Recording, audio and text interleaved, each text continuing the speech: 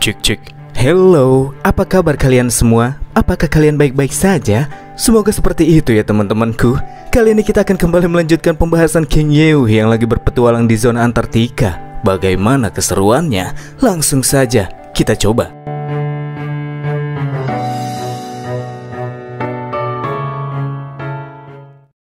Setelah menganggap Yew sebagai bala bantuan yang dikirim dari dunia luar oleh pihak manusia, Komandan Lin juga kini telah mengakui kekuatan yang dimiliki oleh MC dan teman-temannya. Jika saja nantinya Yew bisa mengalahkan Great Monster Boss, hal itu juga bakalan menguntungkan pihak sang komandan. Maka dari itulah, atas negosiasi yang sempat dibicarakan, pada akhirnya sang komandan menyetujui pengajuan Yew dan akan memberikan dukungan kepadanya. Hanya saja teruntuk Kapten Wang yang dianggap sudah melakukan pelanggaran terhadap perintah militer dan melakukan tindakan tanpa izin, dia tidak akan dilepaskan dengan mudah. Komandan berniat untuk mengadili dan menghukum Pak Tua tersebut.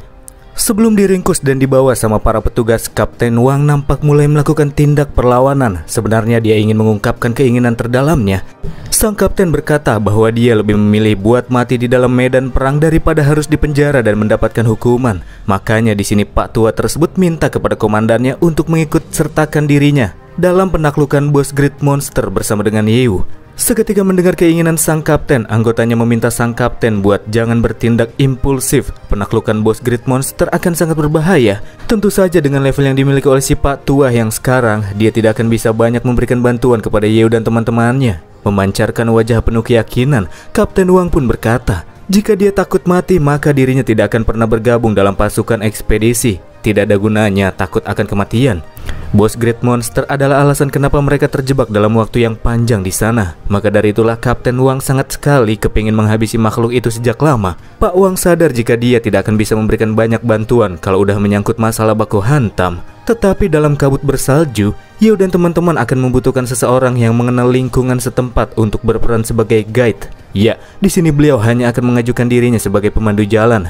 Wang membungkuk di depan komandannya, berharap agar keinginannya untuk membantu para pahlawan bisa disetujui. Hitung-hitung sebagai hukuman karena sudah melanggar aturan juga. Seraya menghela nafas, komandan pun menyetujui keinginan Kapten Wang yang nampak punya tekad kuat untuk melakukan hal yang cukup berbahaya. Ya, apapun itu, komandan hanya berharap agar sang kapten bisa kembali dengan selamat dalam penaklukan apapun hasil yang akan mereka dapatkan. Anggota mereka yang bertahan jumlahnya nggak terlalu banyak. Jadi Lin sangat menghargai setiap dari mereka. Dia nggak mau sampai kehilangan banyak anggota lagi. Tanpa berlama-lama, Yew dan yang lainnya pun berangkat ke tujuan. Keluar dari pangkalan pasukan ekspedisi Antartika, Kapten Wang yang berperan sebagai pemandu jalan naik kendaraan sama Yew. Setelah keluar dari sana dan berjalan melewati dataran es, saking dinginnya udara, Wang Hao merasa seakan-akan ada es di udara yang mereka lalui, bikin dia sangat kedinginan.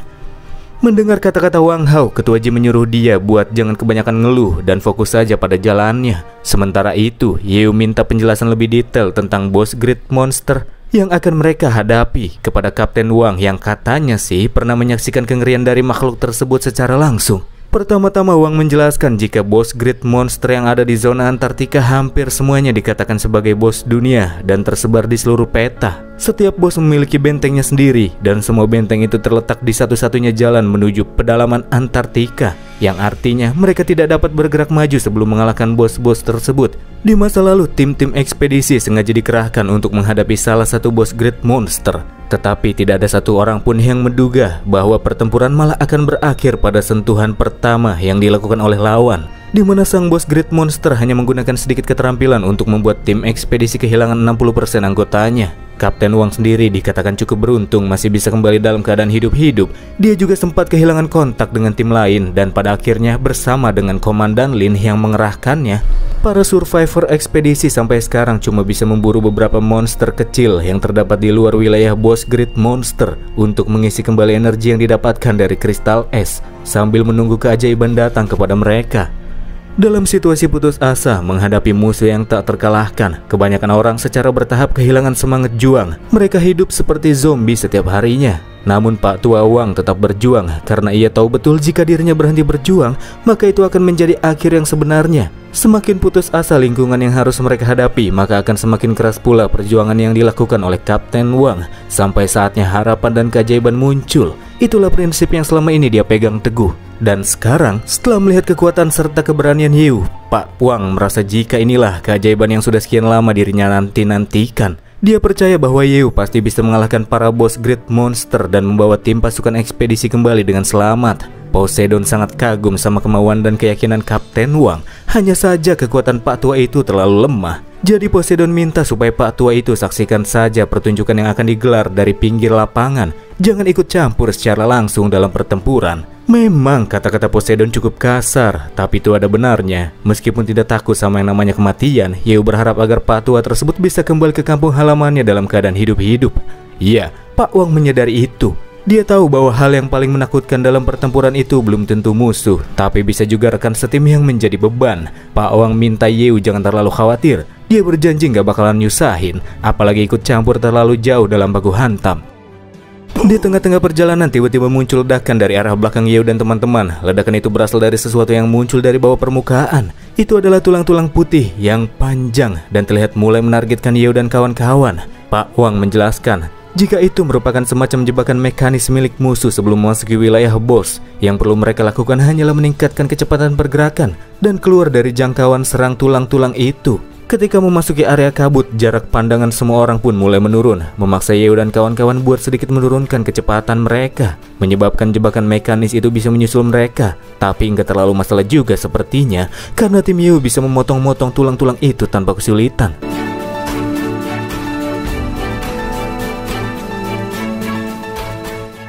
Singkatnya, mereka akhirnya keluar dari kabut dingin yang jadi persimpangan batas antara wilayah yang ditinggali sama pasukan ekspedisi dan wilayah tempat di mana bos Great Monster tinggal. Huang Hao tiba-tiba ngerem mendadak di tengah-tengah perjalanan. Bukan hanya dia, tapi seluruh anggota tim MC juga ikut berhenti secara tiba-tiba. Sebab pada saat itu, dari arah kejauhan mereka bisa melihat sebuah anomali. Penguin adalah makhluk yang hampir nggak bisa ditemui di masa-masa itu. Tapi sekarang ada banyak penguin yang hidup dan bisa mereka lihat.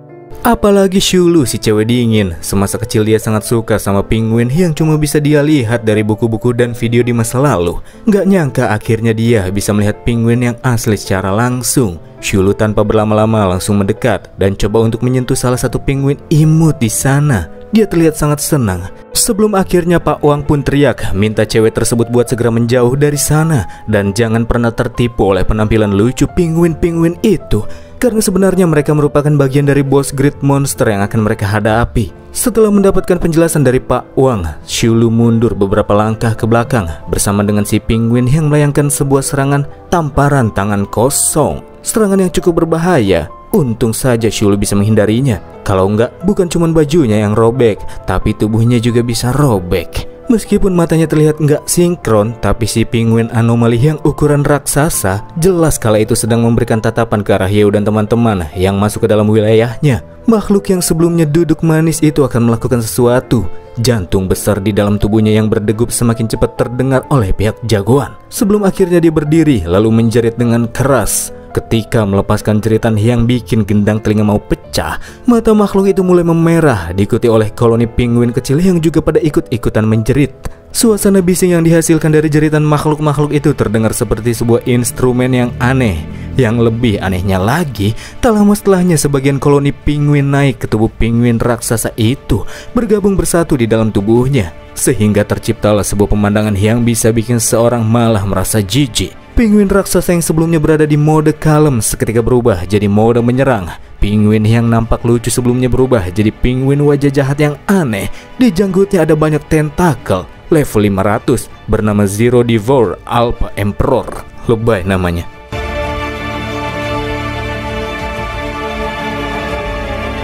Pas ngelihat bentuk penguin yang malah jadi aneh, Shulu langsung marah-marah. Pemandangan yang kini dirinya lihat sudah bikin rusak citra penguin yang mestinya tuh imut dan lucu. Makanya di sini Shulu pengen langsung menghantam makhluk tersebut. Sementara Wang Hao dan Yin Huan di sebelahnya minta cewek dingin itu janganlah gegabah, stay calm. Koloni penguin yang gak gabung sama Zero Devour terlihat mulai mengelilingi anggota Yeu. Dari sini nampaknya pembagian pekerjaan sudah terlihat jelas. Yeu dan Poseidon bakalan lawan bosnya, sementara mereka akan berhadapan sama penguin lucu tapi punya mata merah. Kapten Wang yang juga ikut terjebak di dalamnya nggak akan bertarung barbar seperti teman-teman Yeu. Dia akan lebih berfokus pada pertahanan diri sendiri karena dia sadar nggak mau jadi beban di sana. Bagus deh kalau begitu.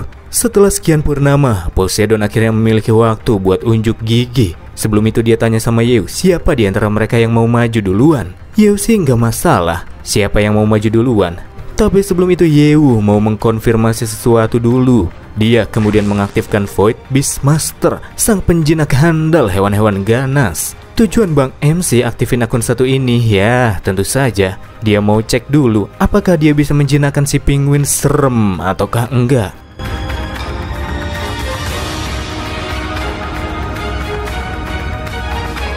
Ketika mencobanya secara langsung, muncul nada peringatan karena bos target sedang dalam suasana hati yang buruk. Dia tidak akan bisa dijinakkan untuk saat ini.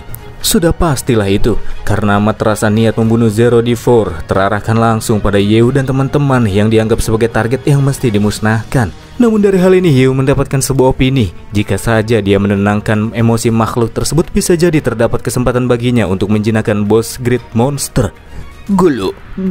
Zeh, mata membunuh makhluk raksasa tersebut sedang menargetkan posisi Yeu dan kawan-kawan. Setelah dikunci, dia mulai mengumpulkan energi padat di ujung paruhnya. Dentuman suara bising berkecamuk memberikan perasaan kurang nyaman. Dan setelah energi dingin terkumpul, terlepaskanlah serangan jarak jauh, bagaikan sebuah laser yang secara sengaja dipecah untuk memusnahkan beberapa lawan dalam satu kali serangan. Tapi pada kenyataannya bukan cuma menargetkan Yeu dan teman-teman. Para penguin kecil di sana juga terkena imbas dari serangan tersebut. Apakah ini gara-gara mata si penguin raksasa yang kurang sinkron, teman-teman? Ledakan serangan dahsyat itu menghempaskan sebagian penguin kecil. Sementara Yeu paham jika dia harus mulai mengambil tindakan, menangguhkan niatnya untuk menjinakkan sang bos Great Monster. Sambil menghindari tiap serangan yang datang, Yeu berkata pada Poseidon, kalau mereka sepertinya nggak punya banyak waktu buat berpikir lagi. Mereka mesti menentukan siapa yang mau maju duluan. Karena udah nggak sabar pengen unjuk gigi, pada akhirnya Poseidon mengajukan diri buat maju duluan, dan Yeu pun menyetujuinya. Setelah serangan musuh mulai mereda, Poseidon mengambil ancang-ancang sebelum akhirnya meluncur terbang dengan kecepatan tinggi, menggenggam trisula emasnya sebagai tombak yang akan menembus tubuh musuhnya. Gak cuma diam saja, Zero D4 dengan jangkauan serangan yang lebih besar dari Poseidon mengibaskan lengannya, menampar Poseidon sebelum dia mendaratkan serangannya. Dan alhasil, Dewa Laut itu pun mendem di permukaan es yang tebal. Awalan yang buruk, padahal udah keren-keren, tapi akhirnya, sudahlah. Yang gak disangka-sangka sama Poseidon itu bisa-bisanya, padahal cuma kena satu kali serangan, tapi darahnya sudah berkurang setengahnya. Poseidon bertanya-tanya apakah semua makhluk mutasi eman sekuat itu gak masuk akal menurutnya. Sambil senyum-senyum, Yeu berkata kalau Poseidon itu sudah tersegel terlalu lama. Bahkan sebelum terjadinya aolisasi bumi sekarang sudah berubah, bro. Monster udah jadi kuat-kuat. Serangan berat bos Great Monster itu juga jelas merupakan serangan mematikan. Tapi Poseidon malah menerimanya dengan senang hati. Minimal-minimal mah menghindarlah. Kembali bangkit, Poseidon mengakui kalau dia sebelumnya memang ceroboh. Tapi mulai dari sini, dia akan bertarung dengan serius. Di arah lain, teman-teman Yeu saat itu lagi usahain supaya para penguin-penguin kecil nggak mendekat ke arah Yeu dan Poseidon yang lagi mengurus bosnya. Masalah itu si Wang Hao dengan tinjunya bisa mengusahakannya. Nang-nang saja. Dalam pertarungan kali ini, Shulu merasa bos Great Monster itu terlalu kejam. Karena pertarungan tersebut telah memaksa dirinya untuk menyakiti para penguin yang lucu. Dia terlihat dengan cukup mudah menangani para penguin dengan cara membuatnya beku sampai ke dalam sel-selnya. Membalas perkataan Shulu, kata Yin Huan dia paham kok sama perasaan Shulu. Sementara Pak Wang gak nyangka kalau tim Yeu ini masih punya banyak waktu, padahal lagi berada di tengah-tengah pertarungan, tapi mereka masih bisa-bisanya ngobrol kayak orang lagi main. Gak jadi masalah kok, kata Paman Xiao Chen. Kalau mereka bisa ngobrol sesantai itu, artinya mereka masih punya kepercayaan diri yang tinggi buat ngurus para penguin di sana. Oke lah. Cuman yang lebih nggak nyangka lagi adalah ketika Pak Wang melihat Yeu dan Poseidon yang bisa bertarung sengit menghadapi bos Great Monster. Dia tidak pernah membayangkan akan melihat adegan pertarungan sesuper itu, membuatnya sangat takjub. Zero D4 yang harus melawan makhluk kecil kayak lalat, cepat tapi susah buat ditangkap, tiba-tiba balikin badan. Pandangannya yang sebelumnya tertuju ke arah Yeu berubah jadi kepada teman-teman Yeu. Dengan langkahnya yang besar, dia melompati koloni penguin. Dengan niat membunuh ke arah teman-teman Yeu, dia ngedash. Tentu saja kejadian itu sangat tidak terprediksi, bikin mereka heran kenapa tiba-tiba bosnya malah merubah target secara mendadak. Menghindari Zero D4 yang lari ke arah mereka, Paman Xiao Chen terbang ke atas, sementara Ketua Ji bertindak cepat, menjauh dari si monster sambil menenteng tubuh Yin Huan sama Patua Wang. Gara-gara target sasarannya pada menghindar semua, Zero D4 yang ngedes langsung melakukan pemberhentian darurat. Dan tiba-tiba yang gak disangka-sangka, makhluk itu mengeluarkan sebuah Gatling gun di tangannya. lalu melepaskan tembakan besar yang khusus tertargetkan buat Shulu. Serangan itu di mata raksasa memang kayak tembakan biasa, tapi buat orang-orang kecil, itu sudah seperti asteroid yang jatuh dengan cepat dari atmosfer. Gara-gara musuh yang target sasarannya agak random, Shulu nggak sempat siapin diri di tengah pertarungannya saat itu. Untung saja ada Yeo yang bertindak cepat, mengaktifkan perisai perlindungan berat, berdiri di depan Shulu dan menghalau semua serangan yang datang. Keduanya gak menerima damage dalam serangan tersebut. Hanya saja yang Yeo bingung kenapa makhluk itu berhenti fokus menargetkan satu orang dan mulai melakukan serangan acak kepada target yang berada di lokasi yang berbeda-beda. Pasti ada semacam mekanisme khusus. Karena masih belum mengetahuinya, Yeo minta buat semua rekannya lebih waspada ke Zero Divor yang random itu. Setelah gagal melepaskan serangan lanjutannya, si penguin gembul terdiam sesaat, mulai memalingkan pandangan dari Yeo dan Shulu. Dan yang kali ini jadi targetnya adalah Poseidon lagi. Zero Divor bergerak ke arahnya dengan kecepatan tinggi. Nampaknya dia kali ini akan kembali melakukan serangan fisik secara langsung. Sambil tertawa, Poseidon mengumpulkan kekuatan di area depan untuk menciptakan barir pelindung buat nahan serangan lawannya. Berkata jika kali ini tidak akan sama seperti sebelumnya. Tapi pada kenyataannya, Poseidon langsung terpental ketika monster itu mendaratkan serangan paru besarnya, yang juga bisa dengan gampangnya menembus pertahanan yang dipasang sama Poseidon. Serangan itu bikin si Dewa Laut emosi. Bisa-bisanya serangan itu hampir membuatnya mati, padahal dia sebelumnya udah pasang pelindung loh. Bumi dan para monster yang sekarang tinggal di dalamnya kayaknya udah bikin Poseidon kena shock kultur nih. Padahal Yeo sebelumnya udah bilang jangan pernah terima serangan berat mematikan punya lawan. Tapi Poseidon masih belum juga bisa belajar dari kesalahan sebelumnya. Habis melakukan serangan fisik, makhluk itu lanjut melepaskan serangan Gatling kepada paman Xiao Chen. Dari seluruh kejadian, Yeo mendapati jika serangan boss Great Monster itu cukup abnormal. Kecuali Poseidon, sepertinya nggak ada teman-teman Yeo yang bisa menghadapi serangan langsung dan dilepaskan sama makhluk tersebut. Tapi apa maksud dari target yang berubah-ubah? Bahkan si monster juga punya senjata modern. Aneh sekali. Dalam pertarungannya, sementara paman Xiao Chen pura-pura mati ketimpa reruntuhan es, target Zero Divor lagi-lagi tertuju buat Pose. Kalau sebelum-sebelumnya dia sok keren dan terlihat percaya diri, kali ini dia yang gak expect bakalan ditargetin lagi, jadi ngerasa ngeri. Melakukan tindakan penyelamatan, pada posisi itu yang bisa Yeo lakukan hanya menahan serangan lawan, mempersiapkan pelindung, sama seperti yang dilakukan Pose sebelumnya. Sekalian Yeo pengen mempelajari apakah serangan fisik makhluk itu bisa bikin dia sekarat, atau malah langsung mokai. Yeo ikut maju ke depan, mendekatkan diri ke arah musuhnya. Dan sama seperti Poseidon sebelumnya, pelindung energi bisa dihancurkan sama paru Zero Divor, yang bikin dia terpental cukup jauh. Cuman bedanya, kalau Pose kehilangan setengah dari total darahnya, Yeo cuma kehilangan 20% saja. Bikin Poseidon heran, kenapa damage yang Yeo terima malah lebih sedikit daripada dia? Apa ini karena Yeo lebih kuat?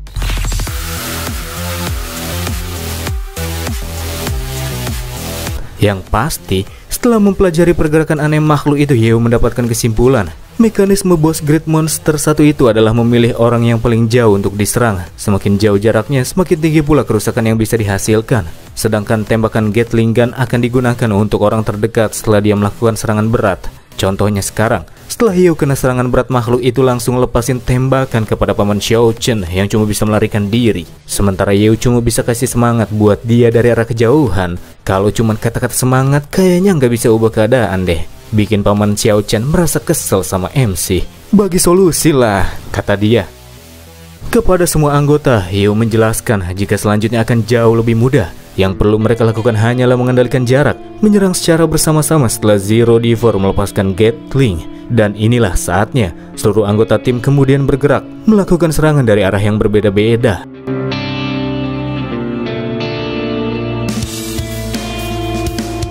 Setelah menerapkan metode yang dipakai sama Yeo, mereka akhirnya bisa membuat darah bos berkurang sampai setengahnya. Selanjutnya Yeo yakin pasti bakalan ada mekanisme lain yang digunakan sama musuh. Jadi mereka harus tetap fokus dan langsung mengambil inisiatif ketika melihat pergerakan lain yang dilakukan oleh Zero Divor. Di mata makhluk raksasa itu, Yeo dan teman-teman seperti lalat hijau, menyebalkan, cepat, dan sulit buat dibasmi. Dalam pertarungan perdana di bumi era olisasi, Dewa Laut Poseidon gak bisa berkutik. Segalanya sudah berubah. Untuk menguras setengah darah Zero Divor diperlukan para petarung level tinggi. Itu pun setelah mekanisme serangannya terbongkar. Lalu, kemampuan baru apa lagi yang akan ditunjukkan oleh musuh? Dan bisakah Yeo berhasil menjinakkannya? Untuk mengetahuinya sampai ketemu di bagian selanjutnya. UFO.